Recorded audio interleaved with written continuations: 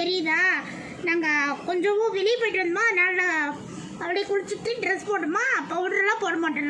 நாங்கள் மாதிரி பற்றி பொட்டு வச்சுருக்காங்களா லட்டு தெரியுதுங்களா?